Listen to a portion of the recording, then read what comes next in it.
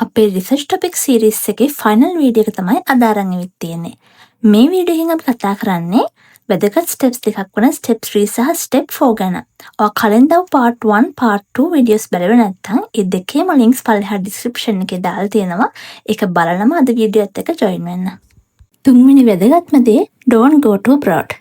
ලංකාවේ ආර්ථික අර්බුදය වගේ මුළු රටම වහන ටොපික් එකක් ගත්තොත් ඔයාට ඒක මාස 6කින් ඉවර කරගන්න බෑ.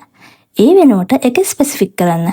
උදාහරණයකට ආර්ථික අර්බුදය නිසා කොළඹ දිස්ත්‍රික්කයේ සුළු හා මධ්‍ය පරිමාණ ව්‍යාපාරවලට උන බලපෑම වගේ ඔයාට සීමා කළා කරන්න පුළුවන් ප්‍රමාණක මාතෘකාවක් හදාගන්න. හතරවෙනි ටිප් එක තමයි ඔයාගේ සුපර්වයිසර්. ඔයා මොනතරම් ලෝකපූජිත ටොපික් එකක් හැදුවත් ඔයාට ලැබෙන සුපර්වයිසර් සබ්ජෙක්ට් එක කැමති නැත්නම් වැඩේ අමාරුයි. ඒ නිසා ටොපික් එක ෆයිනල් කරගන්න කලින් ඔයාගේ ලෙක්චර්ස් රිසර්ච් කරලා තියෙන්නේ මොන වගේ ඒරියාස් වලින්ද කියලා පොඩ්ඩක් හොයලා බලන්න.